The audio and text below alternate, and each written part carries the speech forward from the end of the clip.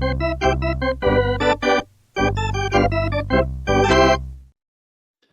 right, Chance, let's get right to it. I have to know if the Reds complex in Arizona was like most of the rest of the country.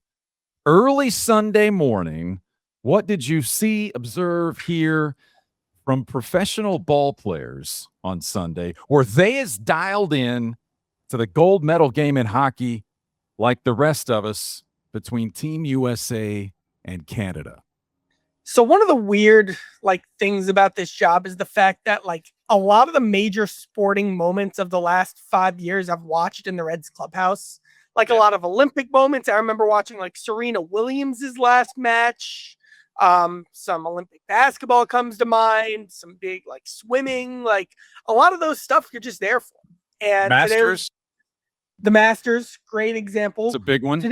Today was one of those moments. And it ratcheted up a level. I can't remember many of those iconic moments having the sound on, which it was today in the Reds clubhouse. So that was the level of the stakes. You had hockey fans in there like Spencer Steer and Jose Trevino, who seemed extra locked in. And some USA music played when America won. That's so good.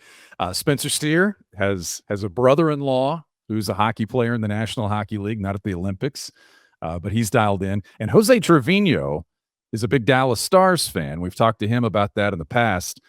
So it stands to reason that he would be locked in. I wonder if we could do a very early version of Tito's take. What was Tito's take on Olympic hockey? He said it wasn't really a part of his day. He had some stuff going on. He was working. He was, aside from Arizona basketball, that's about as far out as he ventured. Yeah. That one's tough, man. You love Tito, but we love Olympic sports and we love Team USA. That one's tough to take, but I get it. Not everyone's the same. By the way, Nick Martinez, remember Nick Martinez had an Olympic medal, a silver medal from 2021. He was a star on that team, and that was one of the first things I thought about when I thought about asking you about baseball players in the Olympics. The question now is, will Major League players be allowed to play in the Olympics in Los Angeles in 2028? It's possible. We'll have to see. Until then, you can do all your flag waving, Chaz, at the WBC coming up in just a bit. Welcome to Power Stacks. Welcome to the red, white, and blue gold medal edition of Power Stacks. Proud members of the Growler Podcast Network. Coming up on the show, they say defense wins championships. At least that's what they say in the other world that Chaz lives in with football. So what does defense mean for the Reds in some of the spring training conversations they're having now?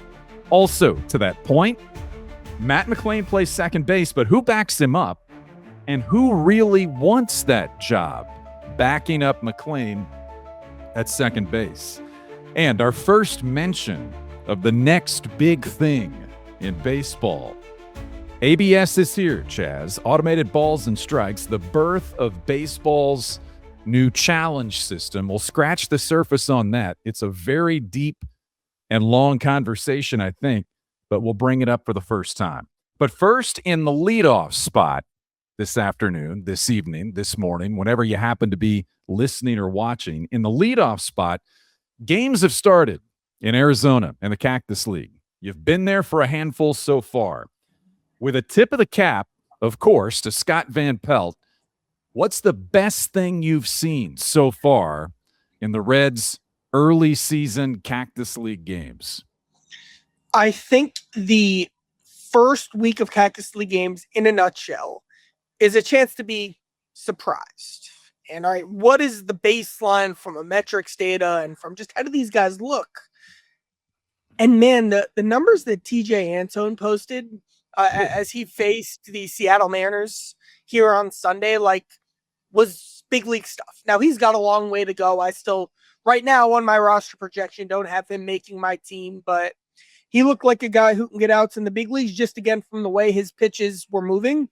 And he feels like a guy who can get outs in the big leagues. He has talked very, very openly about the fact that he's here to make the team. Again, it's an uphill climb. He just needs to get back out there, but he says this is where he belongs. And when he said that, I was like, okay, let's see.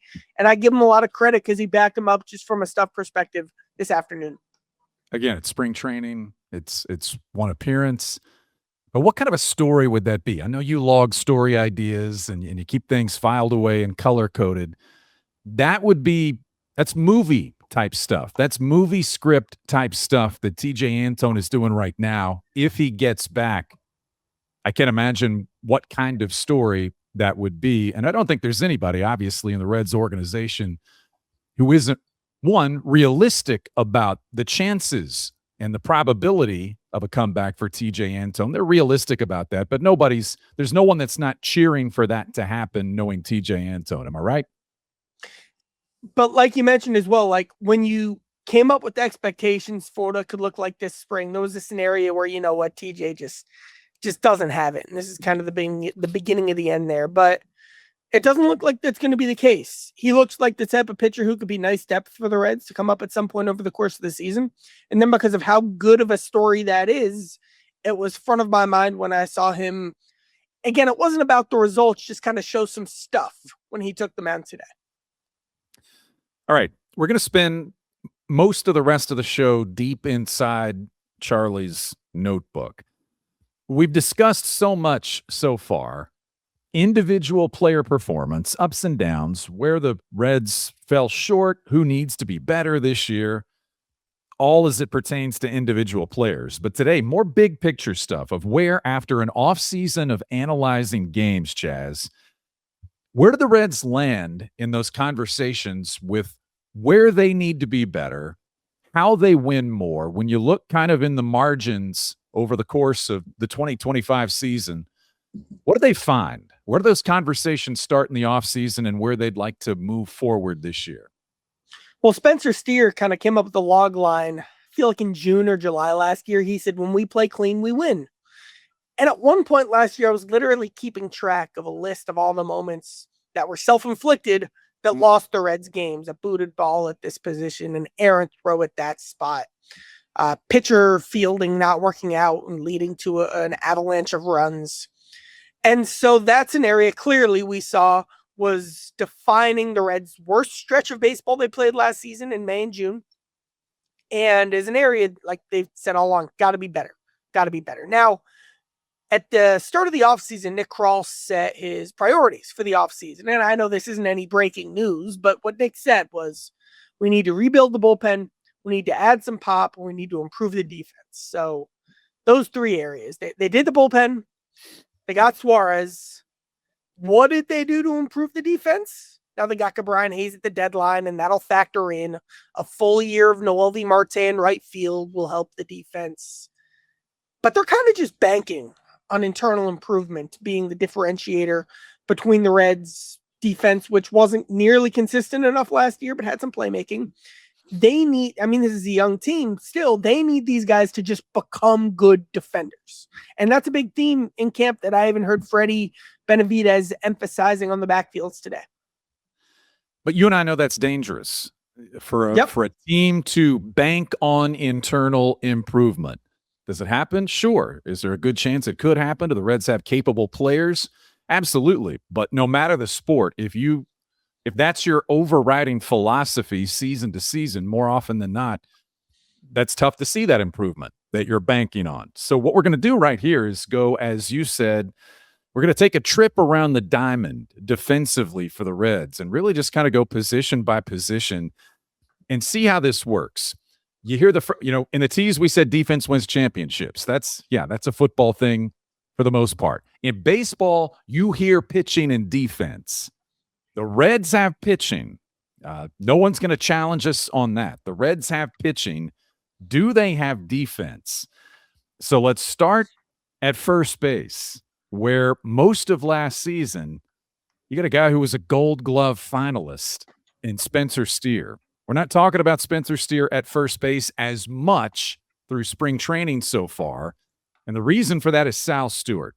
Sal Stewart didn't play first base much coming up.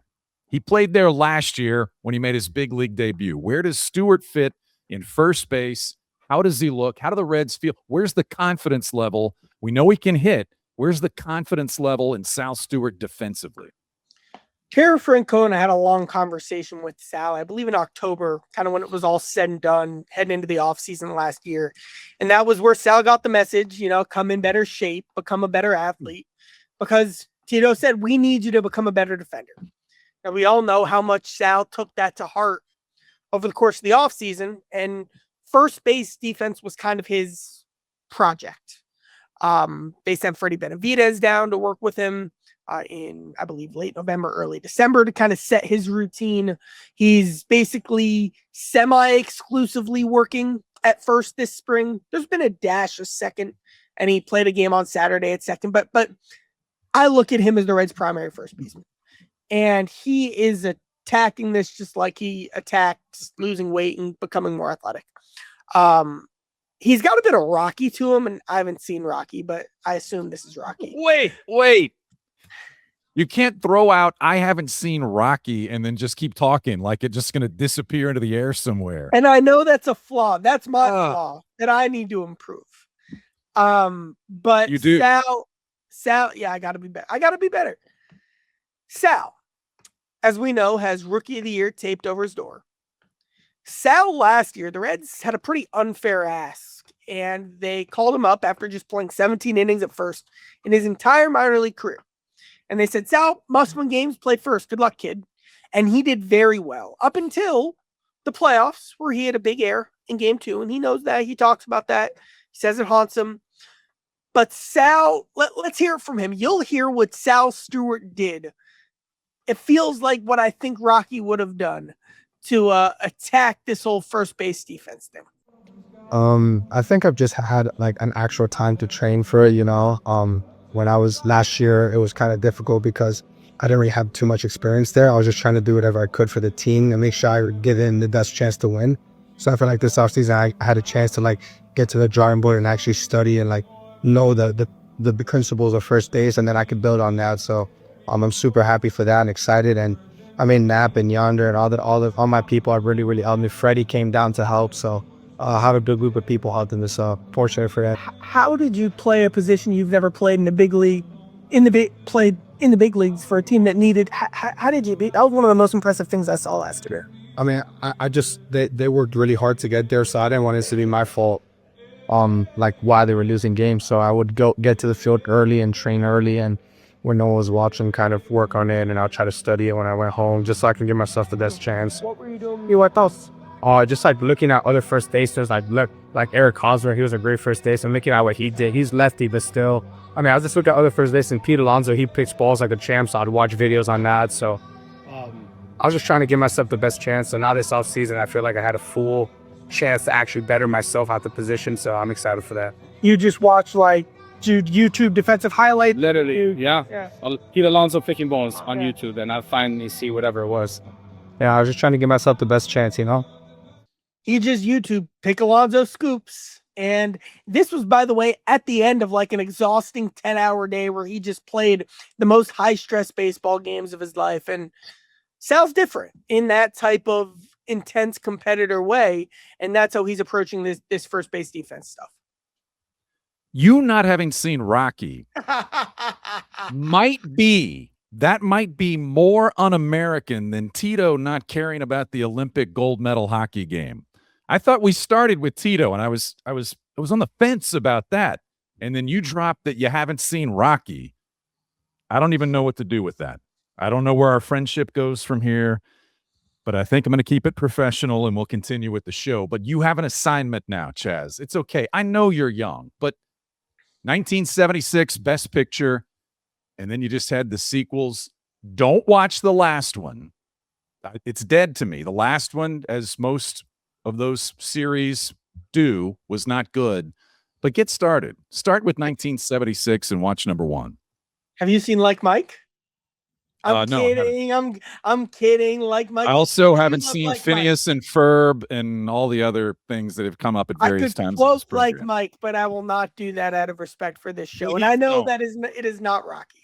Please don't. All right, we're moving on. We're moving on from first base. So we're on the diamond right now. Yeah, let's go around the diamond. So let's go to second base. We've spent some time and some conversation already on Matt McLain. He has to have a bounce back year. Most of that is about at the plate. But defensively, everything has to be right for him to be as good defensively as he has been and he can be. But we know that he's locked in there. So the question is, and we brought this up earlier, who backs him up?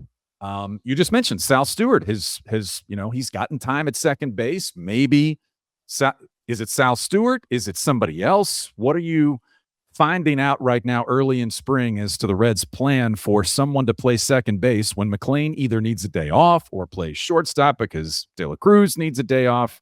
Where are they going? That's the key, because let's say McLain gets 2 or 3 off days / DH days a month, and Ellie gets 2 or 3. Well, that's 6 out of 30 days where whoever is going to be playing second base. And it was a part of the calculus of the offseason, too, for a Reds team that traded Gavin Lux and Santiago Espinal. They kind of had 2 choices. They could say, we are going to dedicate a spot to a backup utility man, a Santiago Espinal type. Unless something changes this spring and Tyler Callahan, Garrett Hampson, or Michael Chavis are in a job, that's not going to be the case. The preference, it sounds like, is for Spencer Steer or Sal Stewart, but it seems like Steer has the edge to be the guy who becomes that backup second baseman. Now, Steer hasn't really played second at all since 2023. Steer also, when you've seen him move in the past, it's not like he's felt like a defensive second baseman who would have great range if you would project how he would look at that spot. Well, I think an underrated part of that too is we talk about it a lot with Ellie. We don't talk about it a lot with Steer. The quad injury that Steer was battling for most of last summer, for a lot of last season. Tack on the shoulder injury he was still managing at the start of the year, and the rib injury he had in September. And Spencer takes a lot of pride in posting and still being productive, and then being, honestly, the Reds' most clutch player down the stretch. That's not really an argument. But there are so many areas of his game that he just physically wasn't able to show last year. And that's true. He just had all this stuff going on, just like we say that, and we'll look at that with Ellie in a bit.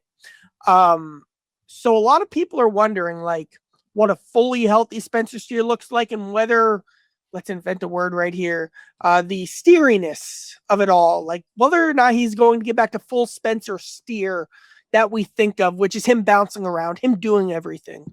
And that's his mindset heading into this season. And that includes he wants to be the Reds' backup second baseman.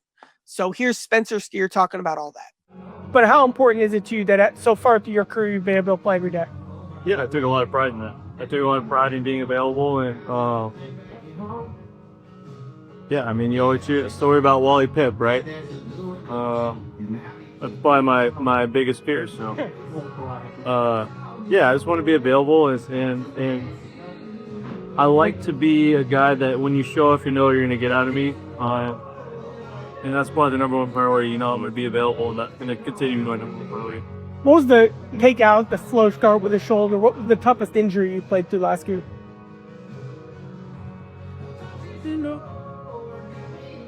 It's probably my quad, just the frustration. Kind of just like a thing where I poke it for 2 weeks, then I push it, and then it's kind of like I'd re-injure it.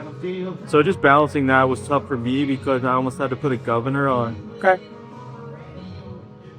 speed I was able to play at when that comes to running the bases and stuff like that. So that was a tough one to manage.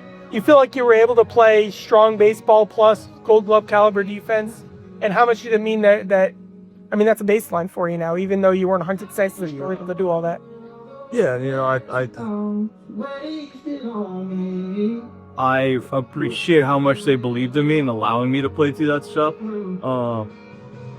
That means a lot to me that they allowed me to continue to go out there and play. So that's kind of what comes to mind when you're asking that. Are you motivated to be this team's backup second baseman? That won't be your primary role, but that's one of them. I think that's exactly what it is. I want to prove.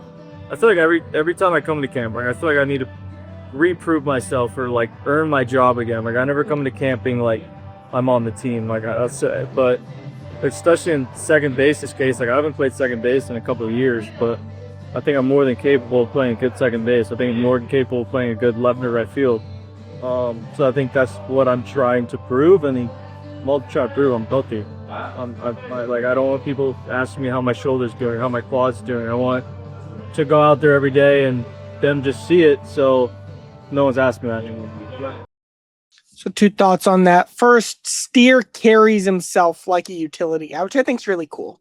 And that comes from him not being a top prospect, not being a splashy, like toolsy guy. That's just Spencer Steer. He thinks the versatility is one of the keys towards him and how he got this chance to becoming an everyday player. So he's not shying away from that. And I was thinking too, because Steer's going to play if Steer could only play left, he would play every day in left. If Steer could only play first, he'd play every day at first. How many guys in all baseball who are everyday players also are as motivated as Spencer Steer is to be a backup at a specific position? Now, can he do it at second? That'll come down to the strength and agility training he did in the offseason. It's one of the questions of spring. Can Steer handle that?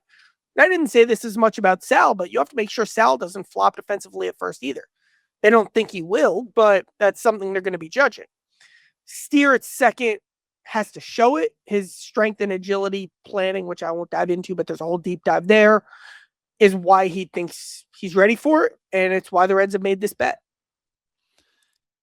I'm listening the last couple of weeks. You've had conversations with Steer. Does he feel a little bit more open? Yeah.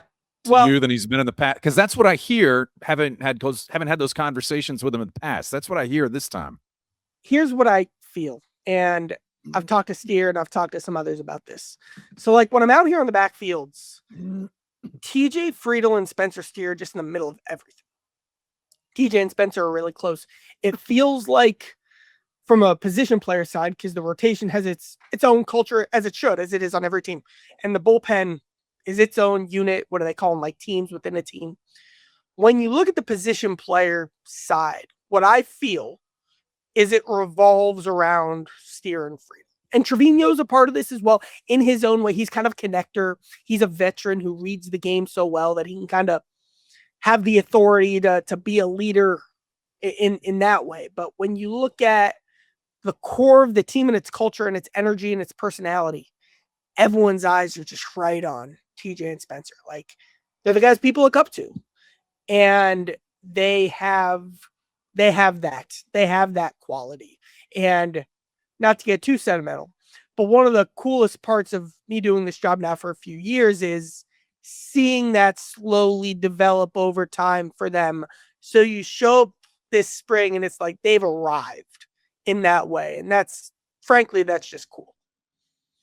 I would agree. Swinging around to shortstop right now, and as we're preparing for this show and we're looking at the people that you've talked to about these topics and these positions, I'm thinking about one thing came to mind. You talk about how long you've done this job, and I've done it a little bit longer than you have. Yes. I can remember. If you see some of these, you don't have these yet, and if you're not watching, if you're listening, it's gray hair. I do have some hair. Most of it's on my face right now, though. But I remember early in the career of Joey Votto, guy's already won an MVP. And he went into an off season and he admitted afterwards, later when he's telling this story, that he felt like he was a defensive liability. He won the MVP and he felt like he was a defensive liability and he didn't want to be that guy. So all of his focus in the offseason went to improving defensively at first base. And he comes back and he wins a Gold Glove. That's the story that came to mind when I was thinking about Elly De La Cruz heading into this offseason, a superstar amongst stars with a ceiling that we haven't even touched yet, I don't think, as an overall player. But he has to go into this offseason thinking about the fact that he led baseball in errors. Now, when you play as much as he did, your chances at that position and that number of games, your percentage to fail goes way up, obviously. But he led baseball in errors. As he went into the offseason, aware of that, how has he come into spring training, and what is he doing right now about it? I'll start here. I'll start at the very end of the regular season, kind of a Nick Krall's season-ending powwow. When the question came up, will Elly De La Cruz continue to be a shortstop? His answer was, as of right now, yes. There was nothing definitive. Yeah. A month later, November GM meetings, I report the Reds will not be moving Ellie De La Cruz off shortstop. He's their shortstop. What happened during October was kind of a deep dive, like they did the thing, they evaluated as you would expect. And as they had that conversation about what Ellie's future looked like, their conclusion through all the research and coaching evaluation that they did was that when Ellie was healthy, he played a good shortstop. And that when Ellie was hurt with the quad injury, the errors piled up. And so the causation correlation that they pinned down was Ellie, like there are things he can do better with his arm and his timing. We're going to talk about that in a second. But the biggest thing was something that they don't expect to repeat in 2026, which is the quad injury. And for better or for worse, that was their evaluation. And I mean, I would have kept Ellie at shortstop as well. They also know even at full strength, Ellie has to be better. What was so interesting to me when I talked to Freddie Benavidez, the Reds infield coach, the guy who works with him day in, day out, rep in, rep out, was that it's not a specific type of play anymore. It's not the throwing mechanics. They feel like there has been enough development in there to generally stick with. Of course, obviously, no surprise. It's the consistency. How many times do we say the word consistency when we talk about Ellie? That plus game situations is something that the Reds are trying to figure out how to drill with him this spring. So here's my conversation with Freddie Benavidez where he discusses I thought he was going to say his throws, his balls to his left. But no, Freddie goes in depth into what he's really working on with Ellie this spring. Well, I think a little bit, just his overall, all facets, right? It's, it's picking up the pace, the sense of urgency, the internal clock in general, knowing when he's got to get after the ball, basically speed of the runner, scoreboard, who's dictating what the situation of the game is, and start throwing a lot of that stuff at him, even in practice, and the speed of his pregame stuff to pick up so it can translate into the game. What are some drills you like to do with him, especially this time of year? Well, a lot of the reaction, a lot of in, a lot of hands, knees stuff that he does early, his pre-work. We haven't started the routines so they get full blast, right, when they're here, but they come out early and they do their knees. They're wide. There's no throwing early work. Excuse me. But once we get into our practice as individual defense, that's when they do the majority of the throwing. So it's everything to his left, to the right, a lot of reaction stuff. Balls to his right, of course. A couple years ago, last year we worked on balls to his left, and he really, really improved on that. So it's just a little bit attacking the trying to get his strengths, of course, better and his weaknesses better in general. So it's just constant. It's really all facets of his game. Is it in terms do you look at a type of play to improve? Is it the charging to his left? The charging play, the coming around the ball a little bit better, especially in that 6 hole. He's gonna get better at it. Sometimes it's the angle that he takes, so it's about angles. It's a lot of it too is not being surprised by the runner. Sometimes you'll as an infielder, not just him, all of them, they'll catch it. And let's just say Bellinger, guy who can really run down the line, smells a hit, and it's oh, I got him, and next thing you know, he's close. I got to rush a throw, right? So trying to eliminate that type of stuff, knowing the situation of the game, and let it dictate how they're going to attack a ball. Last question about Ellie. The arm, his arms are so long. Are there things you want to work on with him with his throwing? Well, I think a lot of it, he's already really established. He's been shorter with his arm. He's been more accurate. And I think it's his footwork, quicker with his feet, that'll put his arm in a better position to go. But he's really improved over a year and a half, 2 years, shortening his arm. So, but it's arm strength that nobody has. They're betting on the fact that the playmaking will override some of the mistakes that will pop up now and then. They've planted their flag for 2026. How Ellie does defensively will be one of the key storylines of the season. And Freddie's got a Gold Glove. We talked about this. You mentioned that Freddie's got a Gold Glove because Joey Votto gave him a Gold Glove. So I'm wondering, some of those things we don't find out until after the fact, like what I was saying with Votto.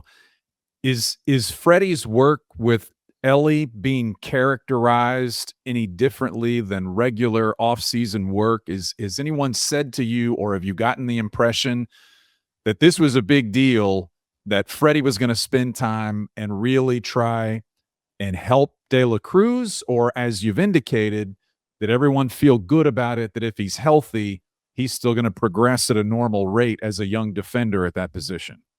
They're working at it. They know he's got to be better. The tricky part with this is like at first base, Sal Stewart has to work on scoops. You drill it. They've been teaching that for first 100 years. Ellie, like you heard Freddie said, is so much of this specific game situation. Bellinger running down the line, you're up or run. What type of throw do you make playing the game? And a big part of Ellie's story is he made it to the big leagues with so little minor league experience. And in the minors, he could just outrun the game. So his mistakes didn't even really matter because he could make up for them. And then that got exposed in the big leagues.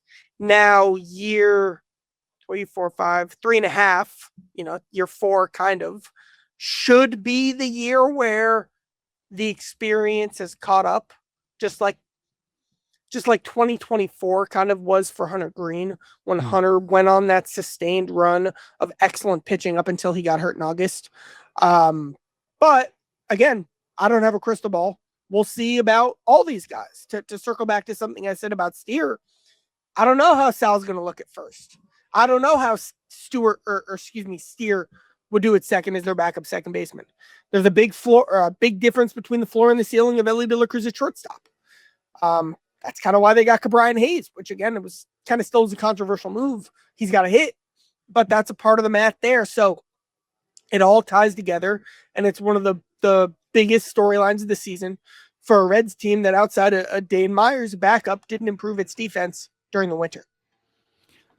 Getting closer and closer to opening day at Great American Ballpark, Power Stacks is picking up steam. If you like what you've heard, if you like this kind of access to the Reds clubhouse, to the players, to Terry Francona that you hear on this show, we'd like you to be a part of it. Email us, powerstackspod@gmail.com, powerstackspod@gmail.com. We can do something, a segment, part of the show that we think you'll really like with your business to get your business and its message out to all of Reds country starting early in the season, continuing through the year. We also work with the Growler Podcast Network. You could do something with Reds and Bengals. We have ideas, and we're open to yours, so email us on that. As we move to third base, Chaz, how short can we make the conversation about defense at third base with Ke'Bryan Hayes and his gold gloves, all those things? Anything new with Ke'Bryan Hayes defensively? We know he has to hit more, but what about him with the glove? I'll just here's my answer. When I'm going to the combine tomorrow, when I come back, the first story on my list is I'm planning to do I'm going to do the story on Ke'Bryan Hayes, the hitter. Okay. What is he? What has he been? Can he hit? How good does he have to hit for him to make up for his defense? That to me might be the most interesting thing on the entire Reds team. Like, is an 85 OPS plus enough? Let's see. And let's see what he's working on. And let's see how a change of scenery might benefit him. Ke'Bryan Hayes' bat is a fascinating theoretical concept to me. I look forward to that story. And you brought this up, though. I think we know this is only going to help Ellie De La Cruz defensively. He didn't get much time, post-trade deadline. That's a small sample playing to the right of Ellie De La Cruz. But for De La Cruz, who's looking at everything possible, the Reds want every way possible for him to improve defensively. A full season of having Ke'Bryan Hayes to his right. I don't know how many plays that would save you, or potential plays that De La Cruz might try to make that he doesn't have to make because Ke'Bryan Hayes is over there. But I think it's significant over the course of a full 162-game season. We'll see. In the outfield now, left field. Let's start with the one that's kind of open, for lack of a better phrase right now, because we're going to talk about right and center, obviously. But what's going on in left field? Who are the primary options there, and how can they aid this team defensively? So if it's all perfect, which it never is, I think the ideal Reds team has Sal at first, Matt at second, Elliott short, Hayes at third, Steer in left, and kind of have a set lineup for the first time in a while. Yeah. Now things will change. Steer, like I said earlier, was limited last year, was banged up, didn't have the range in the first step he felt like he needed anywhere. He also just mostly played first by default because the Reds had no first baseman other than him for way too much of last season. But Spencer's big focus during the offseason was he cleaned up his running. He felt like his running mechanics are what fostered the quad injury last year. He said he feels smoother. He feels like he can run more effortlessly. That combined with specific training this offseason on his first step. And he looks at the 3-foot circle around him. How fast can you get out of the 3-foot circle? So all of that, they think, will make Steer the left fielder that he was in 23 and 24 when he was healthy and when he was playing that spot. And again, he just kind of had to play first by default because the Reds didn't have anybody there. And also, I want to give a shout out to JJ Bleday, who, I asked Eric Francona if you've been impressed with him so far, and Tito gave a definitive yes. Bleday's hit the ball hard on the backfields. He's hit the ball hard in Cactus League action. There's real power there. I think the stat is in 2024, if he wouldn't have played in the terrible Oakland Coliseum from a hitter's perspective and played in GABP, he would have hit 31 homers. Yeah. Bleday felt like he outthought the game last year in the batter's box. He said he had too many people in his ear. He started to struggle and everyone tried to fix him, and he really struggled with that. And it wasn't necessarily the best place he felt for his development until he went to AAA. He got to reset. He took a breath and he hit. And then they called him up in August, and he actually performed very well during the last 2 months of the season with the Athletics. So the Reds obviously then got him heading into this year. And lest I mention Will Benson. That's just a complete brain slip by me. Benson's ahead of Bleday on the depth chart. Bleday's obviously at a nice camp. Benson demolished a home run to right field last year. I think if you're ranking who starts and left the most, you'll go Steer, Benson, Bleday. I was curious about Bleday because in He's a lot a of curious those, guy. yeah, but a lot of those projections I saw, people assumed that he was going to play left field, and who knows? Like you said, that's why we're talking about it right now. But I'm glad to hear you say that about him. Moving across the outfield, and we've said everyone in sports or in baseball, you talk about strength up the middle. And you want to be that good. So catcher, second, short, center field. Let's take the conversation to center field. We know who the center fielder is. We know what TJ Friedl means to this team as a leadoff hitter, as a base runner, as a leader, all those things. Where does he grade defensively over the course of 2025 when for the first time in a couple of years he was mostly healthy? Where does he grade, and what is his focus defensively coming into this season? Wasn't a strong defensive season from him, and that's the eye test, and that's the metrics, and that's Friedl himself, and we'll hear him talk about that. The metrics that stood out was he ranked 22nd out of 28 center fielders who played at least 500 innings in a stat called fielding run value, which explains the value you're providing from a runs perspective in the field. Out of 93 qualifying outfielders across all three positions, he ranked 77th in a metric that captures an outfielder's jump and first step. In 2023, he ranked in the 74th percentile in sprint speed. Last year, in the 32nd percentile. And here's the storyline that I'm not shouting yet, but is relevant. It's the fact that Friedl's about to turn 30. And since 2023, the last 3 seasons, there have only been 8 players in all of baseball who are 30 or older and have played in 100+ games in a season in center field. And most of those guys are like your Kevin Kiermaiers or your Byron Buxton's, who's, the heart, not the heart and soul, because Friedel's the Heart and Hustle Award winner. But Buxton, is the franchise in Minnesota, your Mike Trouts, guys like that. So there's not a huge track record of guys like Friedl shining and excelling defensively. Now, Friedel's the type of guy you bet on, and he's very motivated to be that center fielder that the Reds need. And so, he is who he is as a hitter, which is exactly what the Reds are looking for times 10. He's got an edge about where he's at defensively right now. Here's my conversation with Friedl about his center field defense. I had a lot of room to grow for my defense last year. I just felt slow. My first step, I was slow, I was a little behind. There are a lot of balls that maybe I could have got to if I had a better reaction, better first step. Defense is a big point of emphasis for me this past off season in terms of like pre-pitch routine. I work with Cecil a lot. We've been working in camp in terms of like pre-pitch, what I'm doing free pitch, where my movement is, anticipation, things like that to help with my first step, initial jump, reaction time. Because like once I get going, I can go get it. But for me, it's really making a point of emphasis on my first step and the anticipation, being ready to go. I'm curious, like, do you think about and hope to play center fields for the next 10 years? Like, how do you look at just kind of a long-term outlook thinking of center field? Yeah, I take a lot of pride in my defense. For me, like coming up, I was always kind of like defensive minded, and then the bat was kind of just always there, but it was more defensive emphasis. So for me, it's continuing to put in work defensively on whatever I need to work on. Every offseason, it's different stuff defensively to work on to get better. There's always something you're going to get better in. So for me, this past offseason, a lot of defensive work. Two more things on TJ. First, similar to the conversation that's been had about Ellie a million times, they felt like they played TJ too much last year, 149 starts in center field. And there were significant stretches of the season where they just didn't have another human being on the roster who could play center. They just had to trot him out there every day. Oh, and Terry Francona said this specifically. Oh, and then at the part of the year where he's most tired, he is a baby.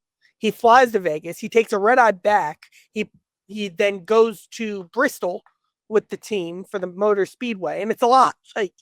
And so that was when he was playing his worst baseball of the year. This year they prioritize. I reported in November early. Center field depth is going to be a priority. Benson's a lock to make this roster, and then I also see a roster spot going to a right-handed center fielder. I think they got Dane Myers to be that guy. He's a real playmaker. Blake Dunn, I like the spring Blake Dunn's having so far, and he's the competitor for that spot. But Dunn's one of the fastest guys in baseball. So they do feel like they addressed an organizational need last year, which is they didn't have enough center field depth. That was a big priority just to make sure they had to build around Friedel. Also, Friedel will get a splash of time in left this spring, and they'll also give Noelvi Marte a splash in center, but that's a conversation for another day. Okay, that conversation we can leave for another day, but let's turn the conversation to Marte in right field. One of the biggest gambles the Reds took in 2025 was mid-season trying to fix Noelvi Marte by moving him from third base to right field. And it's one of the great stories that it actually worked and they got the desired result. And already when you saw Noelvi Marte early in right field in 2025, people started, once they saw that he looked like he could play the position, that he looked the part, although raw, very raw in right field, people started to dream about, Noelvi Marte, a corner outfielder with a great bat. Is that still the plan? Is there any looking back, looking over your shoulder with the decision to move Noelvi Marte to the outfield, or we move past that? Everyone couldn't agree more. It's the best thing that ever happened to him. And I remember we told this story at the time, and just look back at what Noelvi was going through in July, because the throws from third to first weren't getting there. So they started benching him for defense. So every day Noelvi woke up knowing that there was a decent chance, because he was making a lot of errors, that he'd be embarrassed defensively, and then pulled from the game for it. And that's that's a tough way to live your life. Outfield freed him up. And then, so let's have the conversation for another day. So Marte is a fantastic athlete. We all know that. We saw how high he jumped. He could steal 20 bags, and he's got stuff to work on offensively, but we all know he has the potential to be an all-star caliber hitter. If Noelvi's just the hitter he was last year, and theoretically, he could play an average center field, that already makes Marte like a top 8 center fielder in baseball. Just because you look around the league, like TJ Friedel's one of them. The Reds are lucky to have TJ. Teams do not have center fielders who are good on offense and defense. Look at recent Reds history. We saw a lot of Drew Stubbs and Billy Hamilton's bat, and we saw Jesse Winker take reps in center field. I like Jesse's bat, but you know where I'm going with that. So the tools of Marte are just, when you look at what the next 5 years of the Reds look like, because you feel like you know what you're getting with Ellie, the tools of Marte and what that translates into the specific player he is might be like the biggest question for like the future of the team. It's not in terms of how many wins they get or whatever, just in terms of from a player development perspective. So, but center field, that's all for another day. Right now, they want to turn that bat into the all-star bat that they feel like he needs to be. And then he still really struggled because he was new. Of course he struggled with balls going over his head last year and the footwork behind that. So they're drilling that. He's great going side to side. They need to clean up his routes going back and forth. And Colin Cowgill, when he's not battling any injury, is working hard at that. We said at the time last year when we saw Marte the first, however long in right field, we said it looks like it freed him up as a player. Does he look like that same free player now playing right field and still swinging the bat that he does? Well, he wore yellow yesterday, and he wasn't wearing yellow last spring because Exactly. he was trying to blend in. Exactly. He's doing very well. There hasn't been anything to write about from a how does Marte look this spring perspective. The results haven't been but whatever, that doesn't even matter. Marte's in a good spot, and he is this team's right fielder, and that's not even really a question. All right, let's finish up behind the plate. Tyler Stevenson, we know it's a big season for him. Jose Trevino, we know, had a big season in 2025. They've got a pitching staff to handle, an excellent pitching staff to handle. Stevenson, is going to hit. Trevino's going to fill a great role behind Stevenson. Defensively, what are we talking about with the Reds catchers? So Stevenson's defense has been since they drafted him, it's been the thing because they've always known he was going to hit. And I think really beginning in late in 2023, you saw Stevenson really take off, working with the pitchers, having that confidence from a scouting report and a development perspective. Not perfect. If Stevenson were a Gold Glove winner, he'd be set up to make $20 million next year when he hits free agency. But this isn't, there have been years where he's tinkered with the one knee and the two knee and the crouch and what that means. This isn't a defensive adjustment year for Stevenson. He feels like he's been solid enough to be who he wants to be. And again, he's not Tucker Barnhart. That's fine. The Reds know that. That's fine. But the big thing for him this year is ABS. Knowing the zone, the strategy with the challenges. And I like Stevenson a lot. He's obviously this team's starting catcher. I think Trevino sneakily might be like super elite at the ABS stuff. That's a prediction for the season. But when I talk to Stevenson about what his mindset and where he's at defensively, and Jose too, that's the focus for them as opposed to this being a spring, which there have been before, where Stevenson needs to improve his pop time or his arm or something like that. This is not the ABS show. I said we'd scratch the surface. And so I want to ask you this, though, since you brought it up with the catchers. Like anything else, it's going to take some time to see how everyone handles ABS.